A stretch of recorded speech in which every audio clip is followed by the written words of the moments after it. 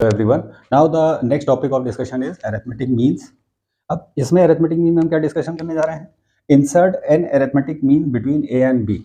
ए और बी हमारी दो पॉजिटिव क्वांटिटी हैं। अब उनके बीच में हमें रिप्रेजेंट करना है कि an arithmetic means how we are going to find it out. ठीक है, तो आप जरा गौर कीजिए। Let arithmetic means are a1 a2 a3 dot dot dot an। हमने कैपिटल में सफिक्सेस लगा दिए हैं 1 2 3 से लेके n तक। ये हमारे एन अरिथमेटिक मीन्स हैं ए और बी क्वांटिटीज के between.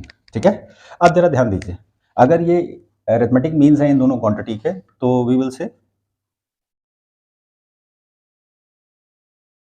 a2 a3 dot dot dot dot dot an comma b are in AP। इसका मतलब क्या हुआ कि अगर ये अरिथमेटिक मीन्स हैं तो इसका मतलब ये पूरा एक AP का प्रोग्रेशन को फ्रेम करेगा। ठीक है, और इसका मतलब ये हुआ कि फर्स्ट टर्म हमारा ए हो गया, लास्ट टर्म हमारा बी हो गया, नंबर ऑफ टर्म्स हमारे पास। अब देखिए यहाँ पे नोट कर लेते हैं, फर्स्ट टर्म हमारे पास ए रहेगा, लास्ट टर्म हमारे पास बी आ जाएगा, और नंबर ऑफ टर्म्स हमारे पास, देखिए ध्यान से देखिए, एन अरिथमेटिक मीन है और 2 टर्म्स हमारे पास एक्स्ट्रा है। तो 2 टर्म्स एक्स्ट्रा होने का मतलब हो गया नंबर ऑफ टर्म्स हमारे पास हो गया n+2।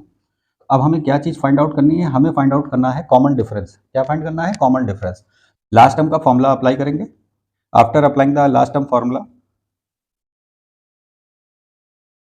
तो यहाँ पर b is equal to a plus, अब यहाँ पे स्मॉल n ना रखें, हम कैपिटल N रखेंगे क्योंकि हमने नंबर ऑफ टर्म्स हमने कैपिटल N सपोज किया था। ठीक है, ध्यान रखिएगा कि अगर कोई क्वांटिटी आप क्वेश्चन में यूज़ कर रहे हैं सोल्यूशन में, तो आप फॉर्मूले के उसी क्वांटिटी का फॉन्ट चेंज कर दीजिए। ठीक है, इससे कंफ्यूजन नहीं होगा आपको। तो that is n+2 -1 into D, क्योंकि कॉमन डिफरेंस हमें मालूम नहीं है तो डी सेम बना रहेगा। Now we are getting b minus A is equal to n+1 into D. फिर उसके बाद d हमारे पास आ जाएगा b minus A divided by n+1। ठीक है, तो ये एक जनरल फॉर्मेट है कॉमन डिफरेंस कैलकुलेट करने का। जब इस तरह से हमारे पास एक AP बनेगी तो हम सीधे कह सकते हैं b माइनस ए, मतलब b में से a को माइनस कर दीजिए और जितने नंबर ऑफ अरिथमेटिक मीन है उसमें 1 ऐड करके उससे डिवाइड कर दीजिए। Directly you will get the common difference. Are you getting it? ठीक है, अब यहाँ से आगे स्टेप कैसे प्रोसीड करना है, तो ध्यान दीजिए, ये a है और कॉमन डिफरेंस अगर हमारा d है, तो सीक्वेंस क्या बनेगी? a+d, a+2d, a+3d, a+nd। ठीक है, अब जरा ध्यान दीजिए, a1 हमारा आ गया a+d, a2 हमारा आ गया a+2d, a3 हमारा आ गया a+3d, सो ऑन। और इसी तरह से आप वर्कआउट करते चले जाएंगे तो an हमारे पास आ जाएगा a+nd।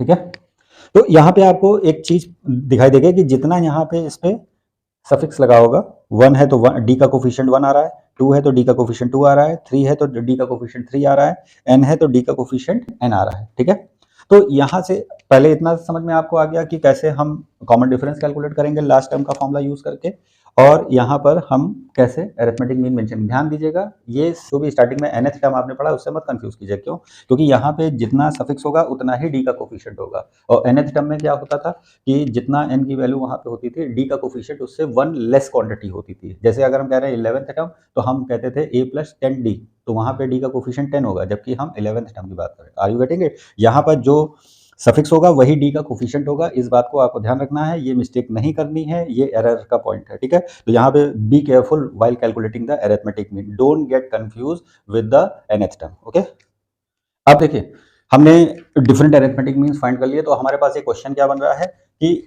Find sum of N arithmetic mean between A and B. मतलब अगर हमें मालूम है कि एन अरिथमेटिक मीन्स क्या हैं, तो हम आसानी से इनका सम हमको कैलकुलेट करना है। तो वर्किंग आपने देख ही ली है कि कैसे हम एन अरिथमेटिक मीन कैलकुलेट करते हैं। तो अब हम लोग आ जाते हैं, sum is equal to a1 plus a2 a3 plus dot dot dot dot plus an, हमें ये कैलकुलेट करना है। ठीक है, तो आसानी से हम देख रहे हैं कि नंबर ऑफ टर्म्स हमारे पास n है, तो n/2। ठीक है, अब यहाँ पे फर्स्ट टर्म हमारा a1 है प्लस लास्ट टर्म हमारा an है। ठीक है, तो ये आ गया हमारे पास। अब जरा ध्यान दीजिए, यहाँ पर n/2, अब फर्स्ट टर्म हमारे पास a1 है, तो a1 हमारे पास क्या है? a+d, जहाँ पे d हमारा कॉमन डिफरेंस है, a हमारा फर्स्ट क्वांटिटी जो गिवन है। ठीक है, तो यहाँ पर हम a1 को लिख सकते हैं a+d प्लस, अब an को क्या लिख सकते हैं, ध्यान दीजिएगा, यहाँ पर हमारे पास लास्ट टर्म क्या गिवन है, b। अगर कॉमन डिफरेंट d है हमारा, तो यहाँ पर अगर ये a प्लस डी है, ये a प्लस 2d मतलब d ऐड कर रहे हैं, तो हम लास्ट से जब रिवर्स होंगे, बैक होंगे, तो यहाँ पर हम b में से d को माइनस करेंगे, तो an हमारा क्या आ जाएगा, b माइनस डी। ठीक है, तो that is b minus D. ठीक है, अब हम यहाँ आसानी से देख रहे हैं d is getting cancelled, d हमारा कैंसिल हो गया, d कैंसिल होने पर हमारे पास आ रहा है n into A plus B by 2। तो ये हमारे पास sum of n arithmetic means आ गया।